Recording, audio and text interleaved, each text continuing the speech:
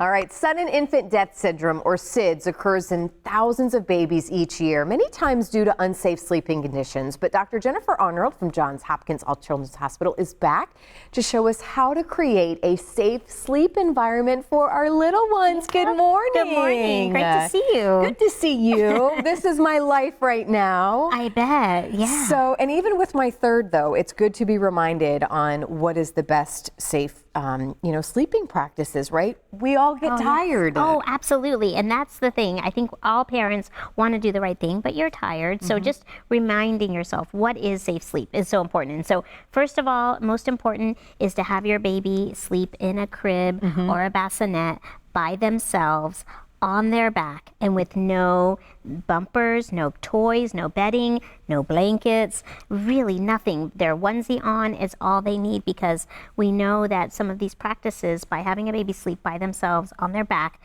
without any extra cribbing, can decrease the risk of SIDS and other sleep-related deaths. And we were talking about this before we got started. I mean, there's been a number of cases locally that I feel like you don't hear about, but this is happening. This is happening. We actually have a pretty high rate of sleep-related deaths in our counties here in Tampa Bay, Pinellas. One of the things that we're finding is that there's a lot of sort of misconception about co-sleeping. And it's actually not safe to sleep with your baby, whether it's on a couch or in the bed, up till a year of age. And that's because we know we can have sleep-related deaths that way. And one of the things you can do is you can actually have your baby sleep in your room for convenience, to help with breastfeeding and all of those things that we want to do to be near your baby. In fact, we found that actually if you have your baby sleeping in your room up to 1 year of age, it decreases the risk of SIDS as well, just not in your bed. That's what's really important. Well, and let's talk about this, because let's flip this baby over, and this is what we're finding is where it gets really dangerous. And you can see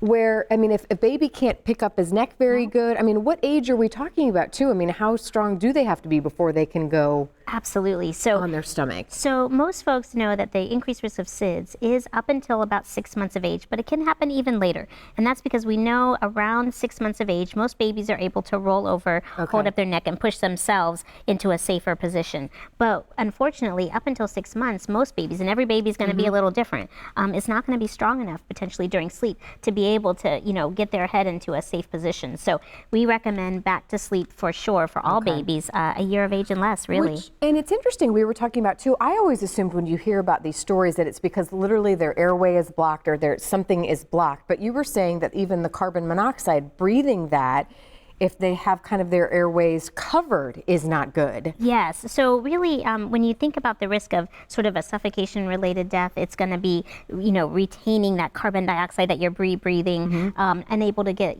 good oxygen. They don't have good strong enough, ability to push themselves into a position where they can get that fresh air, that oxygen-rich air. The other thing to think about too is even sometimes with bedding and blankets, it can be heat-related. I'm so glad you went there. So it's overheating. Suffocation. Because babies don't sweat, right? I literally, while I was gone on maternity leave, I was Googling that because I was worried my son was getting, it was in the summertime, and that's what he likes, is to be warm and outside. But they don't sweat when they're this age. Yeah, babies don't really have that thermoregulation capacity, those skills that we do as we get older. So they can overheat. They can also get super cold too easily. So they're just more at risk of that because they have the ability to regulate. We're out of time, but what's your take home? Okay, I got to turn this over. I don't like watching. I don't know. No. We want it to be right. So let's do that. What's your take home though as we close? If parents are watching this morning, caregivers too. I know it's just not the parents. Yeah. So I think the important thing is you're tired. Talk to your pediatrician about safe sleep practices if you have any questions. And most important, back, no bedding, and all alone in your crib is the way to go. All right. Dr. Jen, always a treat when you are here. Thank you so much. Thank you for having me. And of course, we'll put more details on our website as well.